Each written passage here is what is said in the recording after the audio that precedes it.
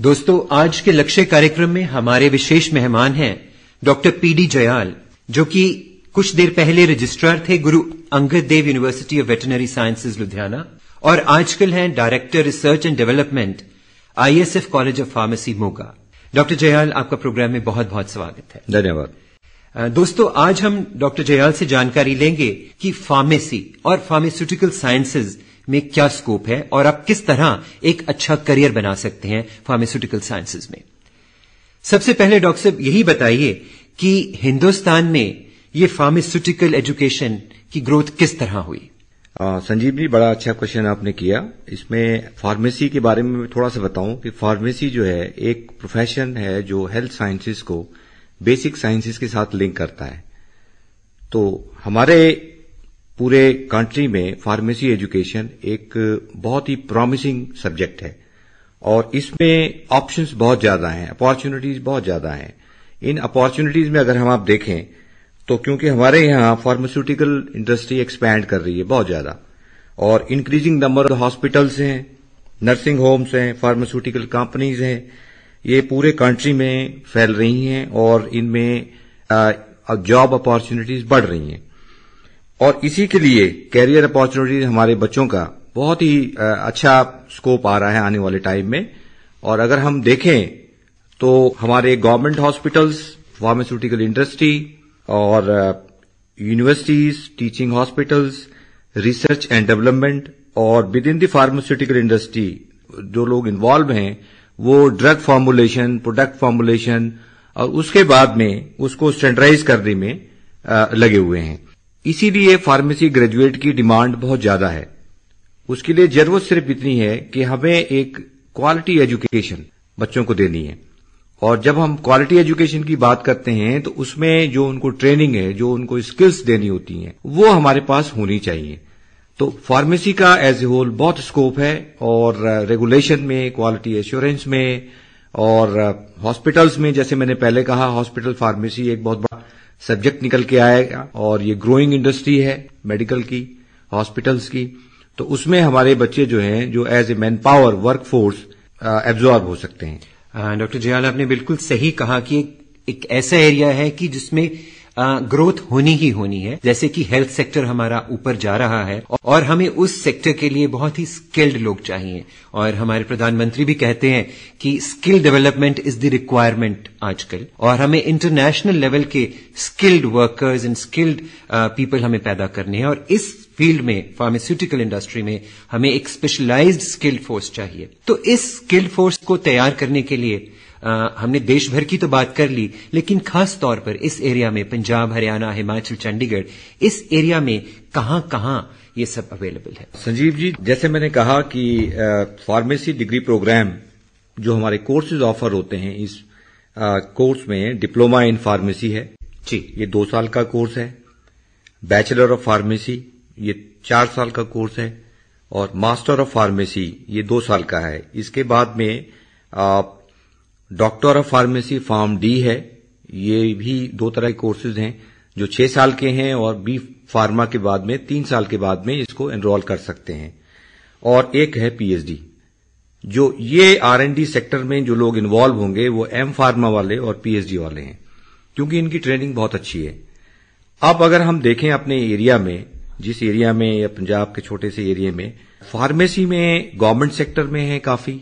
Government sector की बात करें तो जो इंपॉर्टेंट यूनिवर्सिटीज आ जाती हैं वो इसको ऑफर करती हैं कोर्सेज को, और प्राइवेट सेक्टर में भी जो यूनिवर्सिटीज पंजाब टेक्निकल यूनिवर्सिटी या और पंजाब यूनिवर्सिटी से एफिलिएटेड हैं उनमें भी इस तरह की ट्रेनिंग देते हैं। तो प्राइवेट सेक्टर में अगर हम बात करें, क्वालिटी एजुकेशन का हमेशा से एक इशू रहा है कि क्वालिटी एजुकेशन प्राइवेट सेक्टर में नहीं दी जा रही है, लेकिन मैं कह सकता हूं कि कुछ इस माहौल में कुछ इंस्टीट्यूट ऐसे निकल के आए हैं जिन्होंने काफी अच्छी तरक्की की है और बच्चों के लिए जो लैब्स हैं या रिक्वायरमेंट्स हैं या उनकी ट्रेनिंग के लिए जो उनको इंस्ट्रूमेंटेशन रिक्वायरमेंट होती है वो काफी है। आजकल तो जमाना है पब्लिक प्राइवेट पार्टनरशिप का और जब दोनों सेक्टर्स मिलके किसी भी एरिया में जाते हैं तो हम क्वालिटी को डेफिनेटली इंप्रूव कर पाते हैं और सही प्रोफेशनल्स हम पैदा कर पाते हैं। तो एक स्टूडेंट के लिए अगर उसको फार्मेसी में जाना है तो एंट्री लेवल क्या है, किस स्टेज पर उसको डिसाइड करना है कि हाँ this is my field? Sanjeev ji, बड़ा अच्छा क्वेश्चन है। हमारे पास 10+2 के बच्चे हैं जिनके पास में PCM ग्रुप होता है, फिजिक्स, केमिस्ट्री, मैथ और बायोलॉजी। ये इसमें एंटर कर सकते हैं और उनको इंटरेस्ट होना चाहिए फार्मेसी में एक तरीके का, क्योंकि फार्मेसी ऐसा सब्जेक्ट है जो डायरेक्टली रिलेटेड है सोसाइटी से और सोसाइटी के डेवलपमेंट के लिए भी, because if they know about the drug, उसके बारे में जानकारी करते हैं और तो अपने फैमिली में भी थोड़ी हेल्प कर सकते हैं और जो दूसरे लोग हैं उनकी भी मदद कर सकते हैं। तो 10+2 के बाद एंट्री लेवल है और इसमें जो डिप्लोमा है वो जैसे मैंने पहले बताया ये 2 साल का कोर्स है और बैचलर ऑफ फार्मेसी ये 4 साल का है। इसमें पूरी ट्रेनिंग इनको दी जाती है और ये ट्रेनिंग पर्टिकुलरली सम हॉस्पिटल्स में भी, जो आसपास हॉस्पिटल्स होते हैं, वो भी रिक्वायरमेंट है इनकी, फार्मेसी काउंसिल ऑफ इंडिया की और AICTE की। और ये बच्चों के लिए बहुत ही अच्छा ऑप्शन है जो बायोलॉजिकल साइंसेज में और इसमें आना चाहते हैं। केमिस्ट्री जिनका बड़ा अच्छा सब्जेक्ट होता है और उसमें इंटरेस्ट लेते हैं, तो इधर अगर वो मेडिकल और इंजीनियरिंग के बाद में आने की कोशिश करें और तो उसमें ये अप्लाई कर सकते हैं इसमें। प्रोफेसर जयाल, आपने कहा कि +2 में जिनके पास मैथमेटिक्स और बायोलॉजी है, लेकिन कुछ स्टूडेंट्स हैं जिनके पास केवल मैथमेटिक्स है और कुछ स्टूडेंट्स हैं जिनके पास केवल बायोलॉजी है। तो वो कौन से स्टूडेंट्स हैं जो पर्टिकुलरली फार्मेसी में आ सकते हैं? ये दोनों ही इसमें आ सकते हैं, दोनों के लिए ओपन है। बिकॉज बायोलॉजी में अगर आप देखेंगे तो फिर बायोटेक्नोलॉजी का जो एक नया सब्जेक्ट चला है और क्योंकि इसमें दोनों साइंसेस का मिक्सअप है, हमें केमिस्ट्री भी इसमें चाहिए और बायोलॉजी भी चाहिए, तो जो बच्चे जिन्होंने ये किया होता है वो उसमें अच्छी तरह से आ सकते हैं। इसी तरह से एक वेटनरी का कोर्स फार्मेसी का जो एक वो भी चला है पंजाब में, अपने गवर्नमेंट सेक्टर में है, बहुत अच्छा कोर्स है। उसमें दोनों मैथमेटिक्स हो चाहे बायोलॉजी हो, दोनों के लिए ओपन हो जाता है और वो उस सेक्टर में थोड़ा सा और स्कोप है। उसके बारे में अभी हमारे यहाँ ज्यादा हुआ नहीं है, गवर्नमेंट लेवल पे एफर्ट्स हो रहे हैं और इस तरह की ट्रेनिंग दी जाए जो ह्यूमन और एनिमल हेल्थ को दोनों को देख सके। डॉक्टर साहब, एक डिप्लोमा फार्मेसी करने के बाद और एक बैचलर्स यानी बी फार्म करने के बाद किस किस तरह की जॉब अपॉर्चुनिटीज एक कैंडिडेट्स को मिलती है? ट्रेडिशनली अगर बात करें संजीव जी, तो ट्रेडिशनली ये कहते थे कि डिप्लोमा आप करिए, उसके बाद में आप अपना बिजनेस शुरू करिए, ये अपनी केमिस्ट शॉप शुरू करिए। लेकिन अब टाइम चेंज हो गया है, अपॉर्चुनिटीज, एवेन्यूज बहुत ज्यादा आने लग गई हैं। तो ये करने के बाद, दोनों कोर्सेज करने के बाद में इमीडिएट जॉब इनको मिल जाते हैं। जिस कॉलेज की मैं बात कर रहा था, ये एज ए होल हम बात करें तो काफी अपॉर्चुनिटीज हैं और जॉब ऑलमोस्ट 100% मिल जाता है इनको। मिलेगा कहां पे? जैसे सेल्स मार्केटिंग में है फॉर एग्जांपल, अगर कोई आदमी सेल्स में इंटरेस्टेड है, पर्सनैलिटी है, कम्युनिकेशन स्किल्स बहुत अच्छी हैं उसकी, वो इधर निकल जाता है, एम्बिशियस बच्चे उसमें निकल जाते हैं और फार्मास्यूटिकल इंडस्ट्री में भी चले जाते हैं। बी फार्मा के बाद में जॉब प्रॉस्पेक्ट्स काफी हैं और जो लोग हायर एजुकेशन के लिए जाना चाहें वो अपना मास्टर ऑफ फार्मेसी कर सकते हैं और सब्जेक्ट्स में और आगे PhD की भी कर सकते हैं। इस तरह से उनकी इंस्टीट्यूट में भी, यूनिवर्सिटीज में भी एजुकेशन करने के बाद में वो लग सकते हैं। तो ये एक वाइड ओपन फील्ड है फार्मेसी का। डॉक्टर साहब, आपने जिक्र किया कि फार्मेसी की अलग अलग फील्ड्स में जा सकते हैं, तो वो कौन कौन सी ब्रांचेस हैं फार्मेसी की जिसमें एक कैंडिडेट स्पेशलाइज कर सकता है और आगे उसमें अगर जॉब करना चाहे वो भी कर सकता है? बहुत अच्छा सवाल है। और ये जो लोग बी फार्मा के बाद में आना चाहें इन कोर्सेज में, फॉर एग्जांपल फार्मास्यूटिक्स सबसे बड़ा एरिया है जिसमें कि एम फार्म करने के बाद में फार्मास्यूटिकल इंडस्ट्री में, प्रोडक्ट फॉर्मुलेशन में और ड्रग डिस्पेंसिंग में, इनमें आदमी इसमें लग जाता है। इसी तरह से फार्माकोलॉजी अनदर सब्जेक्ट है कि ड्रग टॉक्सिसिटी का क्या लेवल है, ड्रग को एग्जामिन करते हैं, उस तरीके से फार्माकोलॉजी का भी काफी ज्यादा रोल है। फार्मास्यूटिकल केमिस्ट्री और फार्माकोग्नोसी ये भी हैं, क्वालिटी एश्योरेंस भी अब एक आ गया है और ऑफ लेट इन्होंने फार्मास्यूटिकल बायोटेक्नोलॉजी भी इसमें डाल दिया है। तो ये कॉम्बिनेशन ऑफ सब्जेक्ट्स का आगे आने वाले टाइम में है, और चाहे वो बायोटेक्नोलॉजी की इंडस्ट्री हो या फार्मास्यूटिकल इंडस्ट्री हो, इंडस्ट्री का रोल बहुत ज्यादा है इसमें। और हम लोगों को यही कोशिश करनी चाहिए कि बच्चे जो हैं हमारे, स्टूडेंट जो हमारे हैं, ये इंडस्ट्री रेडी हो जाएं, इंडस्ट्री ट्रेंड हो जाएं, स्किल्ड हो, जिससे कि उनको जॉब मिल जाए और जॉब के बाद में फिर कंट्री की भी ग्रोथ में वो हिस्सेदार बन सकें। डॉक्टर साहब, तो अपने करियर में देखा होगा कि वो कौन सा पर्टिकुलर फार्मेसी का फील्ड है जहां पर अगर कोई कैंडिडेट इंडस्ट्री में जाना चाहता है तो वो इमीडिएटली इंडस्ट्री में एब्जॉर्ब हो जाता है, बी फार्म के बाद या एम फार्म के बाद? ज्यादातर केसेस में एम फार्म के बाद में आएंगे लोग, रिसर्च एंड डेवलपमेंट में, इसमें जो फार्मास्यूटिकल इंडस्ट्रीज हैं उनमें आएंगे। लेकिन बी फार्मा के बाद भी आप इनमें जा सकते हैं। क्वालिटी, जैसे रेगुलेटरी कहीं इश्यूज होते हैं, क्वालिटी एश्योरेंस का है, क्वालिटी कंट्रोल का है, तो उनमें बहुत जॉब्स इनकी होती हैं और उनमें निकलती रहती हैं जॉब्स, जिससे कि बच्चे उसमें क्विकली एब्जॉर्ब हो जाते हैं। डॉक्टर साहब, आपने जिक्र किया था एक फील्ड का, वेटरनरी फार्मेसी, तो उसके बारे में भी बताइए कि वो किस तरह ग्रो कर रहा है और उसमें कैसे अपॉर्चुनिटीज आने वाले समय में आने वाली है। वेटनरी फार्मेसी, संजीव जी, ऐसा है, अभी बड़ा नेव सब्जेक्ट है। अभी इसमें बहुत ज्यादा प्रोग्रेस हुई नहीं है। पहले ये डिप्लोमा गवर्नमेंट के अंडर में था, अब यूनिवर्सिटी को उन्होंने दे दिया है, वेटनरी यूनिवर्सिटी को। लेकिन उसमें प्राइवेट प्लेयर्स भी अब आने वाले टाइम में आएंगे और आ रहे हैं। उसका बहुत बड़ा है एनिमल हेल्थ का रोल, क्योंकि फार्मर्स लेवल पे हम देखते हैं कि ये लोग अवेलेबल होते हैं, बिकॉज ये विलेज में भी रह सकते हैं। हमारा जो भी लाइव स्टॉक है उसकी हेल्थ केयर को ये कर सकते हैं, मीट आउट कर सकते हैं जो उनकी रिक्वायरमेंट है। और डेयरी फार्म्स हैं, जगह जगह पर डेयरी फार्म्स खुले हुए हैं। डेयरी फार्म में भी अगर हम एक टेक्नोलॉजिकली नॉलेजेबल आदमी डाल दें तो वो ये सब टेक केयर कर लेता है। तो आने वाले टाइम में to support the veterinary doctors और वेटनरी के जो और ऑफिशियल्स हैं, उनको सपोर्ट करने के लिए ये बड़े कारगर सिद्ध होते हैं ये। तो इसमें प्राइवेट प्लेयर्स को मैं अपनी तरफ से भी कहता हूं कि गवर्नमेंट को इनको प्रमोट करना चाहिए, जिससे कि हमारे पास में वर्कफोर्स तैयार मिले। क्योंकि as a whole country wise देखें तो हमारे डॉक्टर्स की, वेटनरी डॉक्टर्स की वैसे ही कमी है। तो अगर हम थोड़ा सा एक सेक्टर तैयार करें, जो सेक्टर हमारे लिए सपोर्टिव हो, तो वो उससे हमारे इसको प्रोफेशन को आगे बढ़ाने में मदद मिलेगी। As a whole pharmacy colleges जो अच्छी लीड ले रहे हैं इसमें, उनको इन्वॉल्व करना चाहिए और उनको नए वेंचर में भागीदार बनाना चाहिए।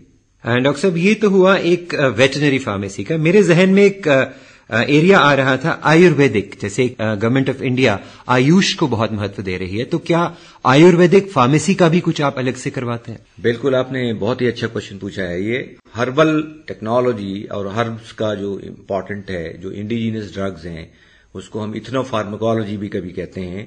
इथनोफार्मेकोलॉजी में भी उनका रोल है और उन सारी ड्रग्स जो हर्ब्स हैं हमारी, उनमें कुछ न कुछ अच्छी चीजें हैं। फॉर एग्जाम्पल अगर आप देखें, आजकल हर्ब्स का बड़ा चलन है और ड्रग्स जो हैं सेफ होती हैं काफी ज्यादा कंपैरेटिव टू एलोपैथी, और इन्वायरमेंटल फ्रेंडली हैं। तो इस तरीके से अगर हम अपने जो हमारे प्रॉब्लम्स हैं उनको हम हर्ब्स के थ्रू टेकअप करें और उसमें फार्मेसी हर्बल टेक्नोलॉजी को लेके चले, जैसे फार्माकोग्नोसी वाला सब्जेक्ट है, जिसमें ये सारे हर्ब्स को आइडेंटिफाई करते हैं, आइसोलेट करते हैं। ओनली उसमें दिक्कत ये होती है थोड़ी सी कि क्योंकि हर्ब्स हैं, प्रोडक्ट्स हैं, इनमें मल्टीपल मॉइटीज होती हैं, वो हर एक का अपना अलग अलग रोल होता है। तो वो क्वालिटी लगाने के लिए थोड़ा सा टाइम जरूर लगता है। लेकिन ये आने वाले टाइम में ये एक बहुत बड़ा इंडस्ट्री बनने वाली है हर्ब्स की, और हमारे पास इसका ट्रेजर है।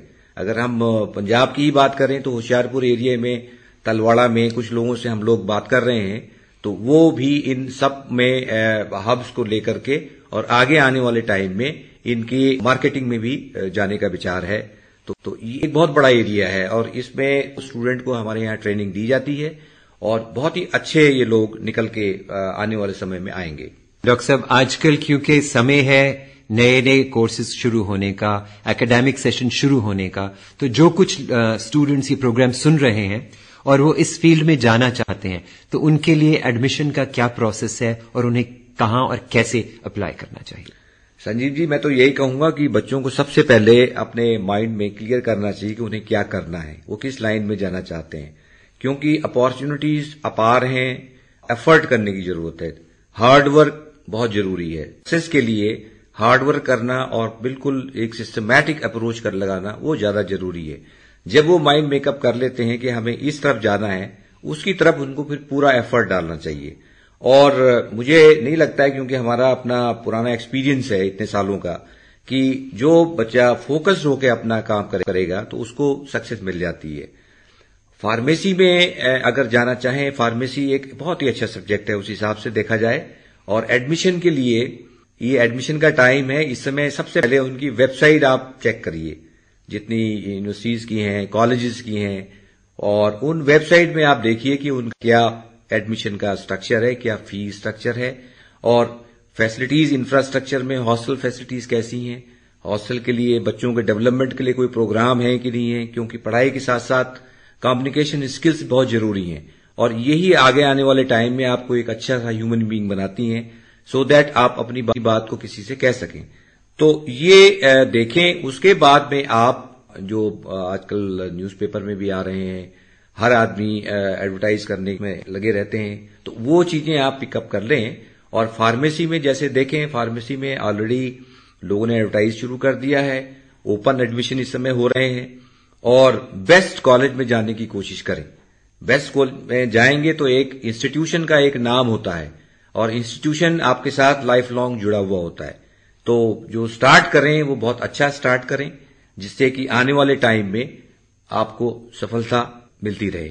आपने कहा कि बेस्ट कॉलेज देखें और बेस्ट इंस्टीट्यूशन देखें, तो जहन में एक बात आती है कि वही बेस्ट होगा जहां प्लेसमेंट्स ज्यादा होंगी। तो हम सुनने वालों को यह भी बताइए कि जब एक फ्रेश ग्रेजुएट निकलता है एक बी फार्म करने के बाद या डिप्लोमा फार्मेसी करने के बाद, तो उसकी प्लेसमेंट्स किस तरह होती हैं? संजीव जी, ऐसा है, प्लेसमेंट के बारे में मैं ये कहना चाहूंगा कि हर कॉलेज अपना एफर्ट, उनके यहाँ प्लेसमेंट एक सेल होती है और वो कैंपस इंटरव्यू इसमें करवाते हैं और उसके बाद में कंपनीज को भी बुलाते हैं।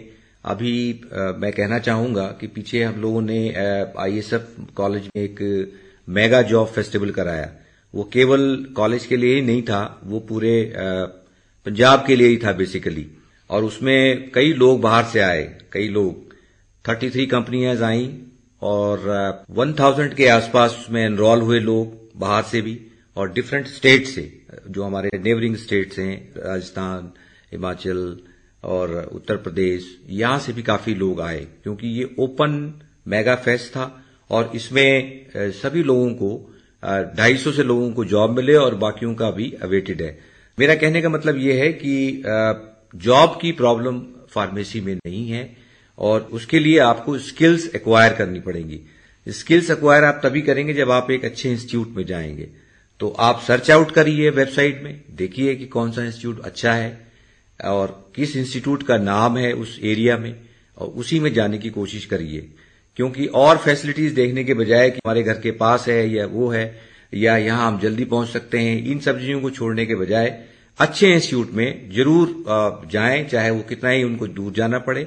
फैसिलिटी जरूर देखें वहां जाके क्या है, और इससे आपको बड़ा सहूलियत मिलेगी आने वाले टाइम में। प्रोफेसर जयाल, कार्यक्रम के आखिर में आप फार्मेसी एज अ करियर, इसका आने वाले समय में क्या फ्यूचर देखते हैं? संजीव जी, देखिए ऐसा है, ये फार्मेसी बड़ा प्रॉमिसिंग सब्जेक्ट है। जैसे मैंने पहले भी कहा, इसमें आने वाले टाइम में क्लिनिकल फार्मेसी, जो कि हॉस्पिटल के साथ जुड़ी हुई है, प्री क्लिनिकल ट्रायल्स जो होते हैं, ड्रग के हों चाहे हर्बल के हों, ये एरिया आने वाले टाइम में बहुत आगे जाने वाला है और इसी में ही रिसर्च होगी प्रोडक्ट्स की, और उसके हिसाब से बच्चे अपना कैरियर बना सकते हैं।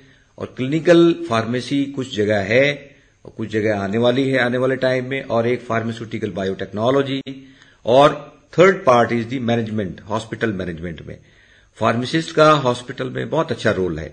और फार्मासिस्ट ही एक जान सकता है कि एक ड्रग का इंटरेक्शन कैसे होगा, एडवर्स रिएक्शंस क्या होते हैं, डोज एक आदमी के लिए कितनी होती है। तो ये एरिया आने वाले समय में बहुत ही ज्यादा जाने वाला है और हमारा भी फोकस है कि हम इसी एरिया को आगे बढ़ाएं। प्रोफेसर पीडी जयाल, आप हमारे लक्ष्य कार्यक्रम में आए और आपने फार्मास्यूटिकल एजुकेशन के बारे में इतनी महत्वपूर्ण जानकारी दी। आपका स्टूडियो में आने के लिए बहुत बहुत शुक्रिया।